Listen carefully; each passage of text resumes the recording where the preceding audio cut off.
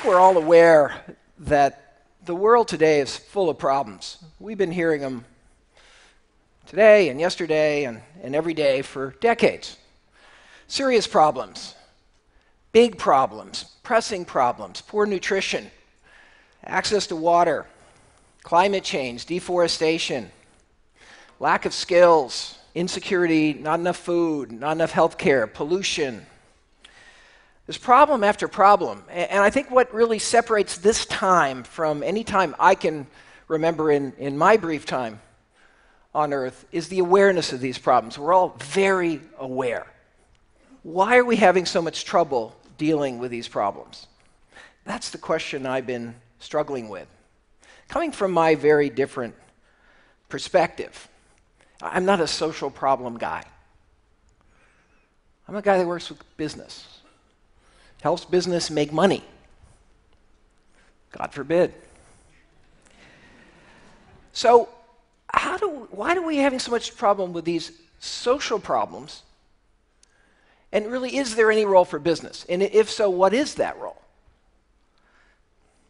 I think that in order to address that question, we have to step back and think about how we've understood and pondered both the problems and the solutions to these great social challenges that we face. Now, I think many have seen business as the problem, or at least one of the problems in many of the social challenges we face. Think of the fast food industry, the drug industry, the banking industry. This is a low point in the respect for business. Business is not seen as the solution. It's seen as the problem now for most people. And rightly so in many cases. There's a lot of bad actors out there that have done the wrong thing, that actually have made the problem worse. So this perspective is perhaps justified. How have we tended to see the solutions to these social problems, these many issues that we face in society? Well, we tend to see the solutions in terms of NGOs, in terms of government, in terms of philanthropy. Indeed, the kind of unique organizational entity of this age is this tremendous rise of NGOs and social organizations. This is a unique new organizational form that we've seen grown up. Enormous innovation, enormous energy, enormous talent now has been mobilized through this structure to try to deal with all of these challenges. And many of us here are deeply involved in that.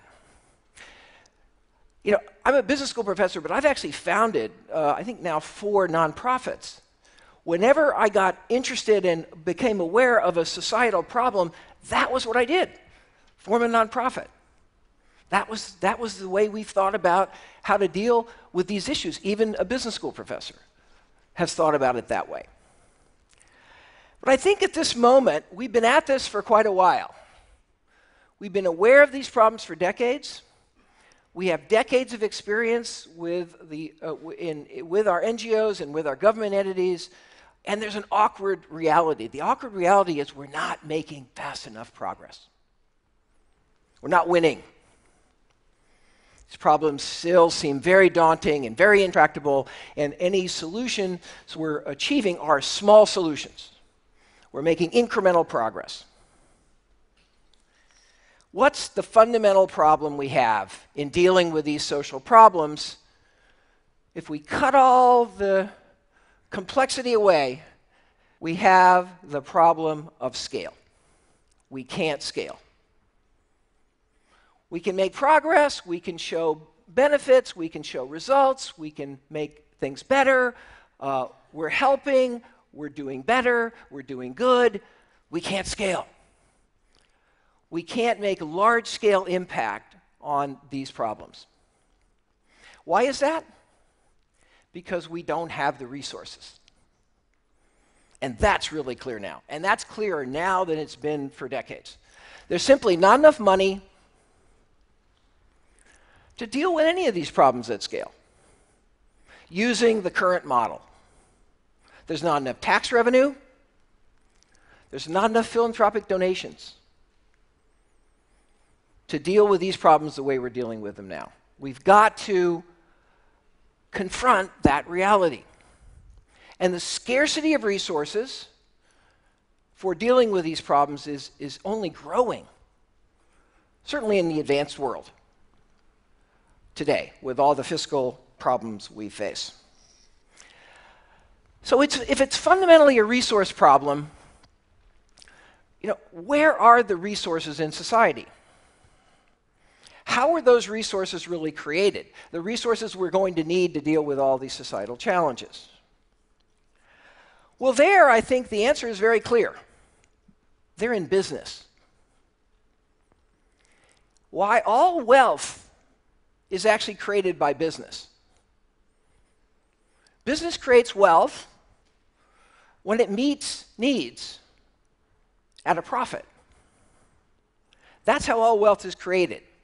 It's meeting needs at a profit that leads to taxes, and that leads to incomes, and that leads to charitable donations. That's where all the resources come from. Only business can actually create resources. Other institutions can utilize them to do important work, but only business can create them. And business creates them when it's able to meet a need at a profit. The resources are overwhelmingly generated by business. The question then is, how do we tap into this? How do we tap into this? Business generates those resources when it makes a profit. That profit is that small difference between the price and the cost it takes to produce whatever solution business has created to whatever problem they're trying to solve. But that profit is the magic. Why? Because that profit allows whatever solution we've created to be infinitely scalable. Because if we can make a profit, we can do it for 10, 100, a million, 100 million, a billion. The solution becomes self-sustaining. That's what business does when it makes a profit. Now, what does this all have to do with social problems? Well, one line of thinking is, let's take this profit and redeploy it into social problems. Business should give more. Business should be more responsible. And that's been the path that we've been on in business. But again, this path that we've been on is not getting us where we need to go. Now, I started out as a strategy professor, and I'm still a strategy professor. I'm proud of that. But I've also, over the years, worked more and more on social issues. Worked on healthcare, the environment, economic development, reducing poverty. And as I worked more and more in the social field, I started seeing something that had a profound impact on me and my whole life in a way. The conventional wisdom in economics and the view in business has historically been that actually there's a trade-off between social performance and economic performance. The conventional wisdom has been that business actually makes a profit by causing a social problem. Classic example is pollution. If business pollutes, it makes more money than if it tried to reduce that pollution. Reducing pollution is expensive, therefore businesses don't want to do it. It's profitable to have an unsafe working environment. It's too expensive to have a safe working environment, therefore business makes more money if they don't have a safe working environment. That's been the conventional wisdom. A lot of companies have fallen into that conventional wisdom. They resisted environmental improvement, they resisted workplace improvement. That thinking has led to, I think, much of the behavior that we have come to criticize in business, that I come to criticize in business. But the more deeply I got into all these social issues, one after another, and actually the more I tried to address them myself personally in a few cases through nonprofits that I was involved with, the more I found actually that the reality is the opposite. Business does not profit from causing social problems, actually not in any fundamental sense. That's a very simplistic view. The deeper we get into these issues, the more we start to understand that actually business profits from solving social problems. That's where the real profit comes. Let's take pollution. We've learned today that actually reducing pollution and emissions is generating profit, saves money, makes the business more productive and efficient, it doesn't waste resources. Having a safer working environment actually and avoiding accidents, it makes the business more profitable because it's a sign of good processes. Accidents are expensive and costly. Issue by issue by issue, we start to learn that actually there's no trade-off between social progress and economic efficiency in any fundamental sense. Another issue is health. What we found is actually health of employees is something that business should treasure because that health allows those employees to be more productive and come to work and not be absent. The deeper work, the new thinking on the interface between business and social problems is actually showing that there's a fundamental, deep synergy, particularly if you're not thinking in the very short run. In the very short run, you can sometimes fool yourself into thinking that there's fundamentally opposing goals. But in the long run, ultimately, we're learning in field after field that this is simply not true. So how could we tap into the power of business to address the fundamental problems that we face? Imagine if we could do that. Because if we could scale. We could tap into this enormous resource pool and this organizational capacity. And guess what? That's happening now, finally. Partly because of people like you, who've raised these issues now for year after year and decade after decade. We see organizations like Dow Chemical leading the revolution away from trans fat and saturated fat with innovative new products. This is an example of Jane Irrigation. This is a company that's brought drip irrigation technology to thousands and millions of farmers, reducing substantially the use of water. We see companies like the Brazilian forestry company, Fibreeza, that's figured out how to avoid tearing down old-growth forests and using eucalyptus and getting much more yield per hectare of pulp and making much more paper than you could make by cutting down those old trees. You see companies like Cisco that are training so far 4 million people in IT skills to actually, yes, be responsible, but help expand the opportunity to disseminate IT technology and grow the whole business. There's a fundamental opportunity for business today to impact and address these social problems, and this opportunity is the largest business opportunity we see in business. And the question is, how can we get business thinking to adapt this issue of shared value? This is what I call shared value. Addressing a social issue with a business model. That's shared value.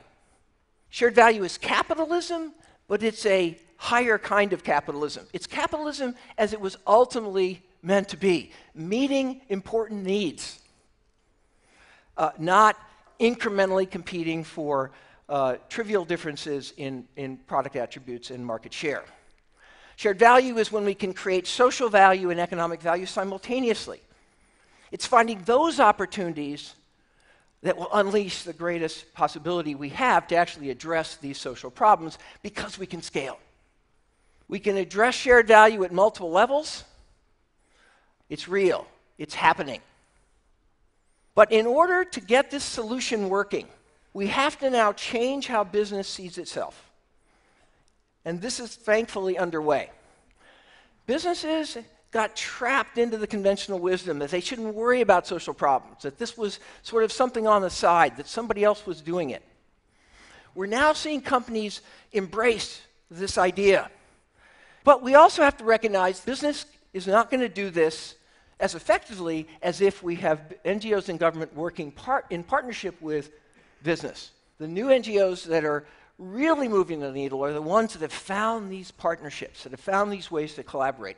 The governments that are making the most progress are the governments that have found ways to enable shared value in business, rather than see government as the only player that has to, call the shots. And government has many ways in which it can impact the willingness and the ability of companies to compete in this way. I think if we can get business seeing itself differently, and if we can get others seeing business differently, we can change the world. I know it. I'm seeing it. I'm feeling it. Young people, I think, my Harvard Business School students are getting it. If we can break down this sort of divide, this unease, this tension, this sense that we're not fundamentally collaborating here in driving these social problems, we can break this down, we finally, I think, can have solutions. Thank you.